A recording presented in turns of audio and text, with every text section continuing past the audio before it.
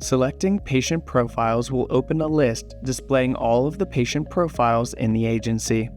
The list will contain patient name, scenario, record number, permission settings, and the gear icon.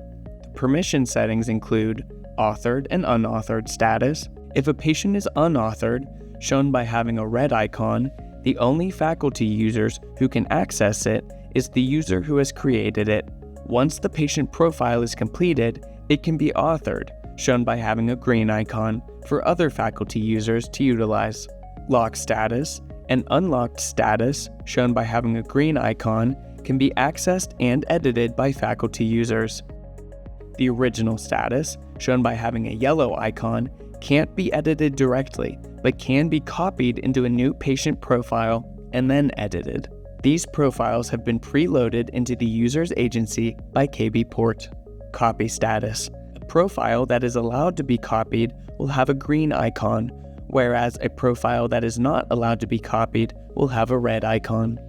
Clicking the gear icon will allow the faculty user to perform the following actions to each patient profile: editing the profile information, printing the patient profile's wristband on printer paper or with KbPort's wristband printer, if this add-on has been purchased, editing the permissions for the patient profile, and deleting the patient profile entirely.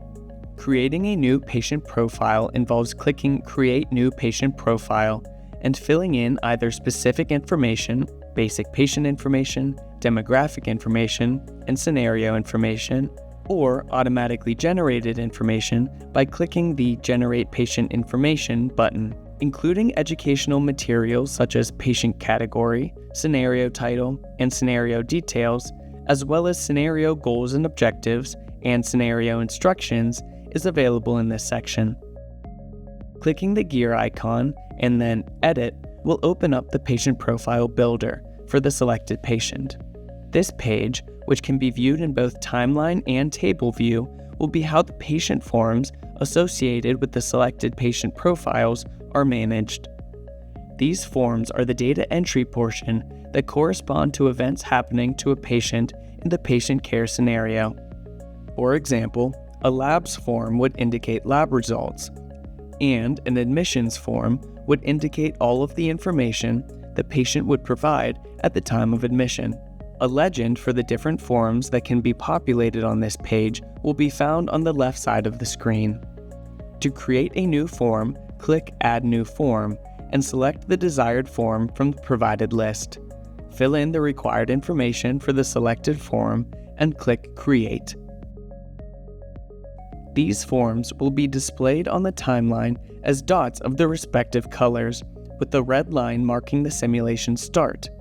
This is the zeroing point of the user's simulation. Everything that occurs to the left of that red line is the patient's history. Everything to the right of that line represents the patient's future. Sim time for each patient form is defined on the form. By expressing that time as negative, you can move events to the left. By expressing it as positive, you can move events to the right. If multiple forms are created at or around the same time, they will be displayed as a black box. Clicking on the black box will allow the user to view the collection of forms within that time frame. Hovering over the forms will show the user the time the form was created relative to the simulation start time. Clicking on the forms will open the form and allow for review and data management.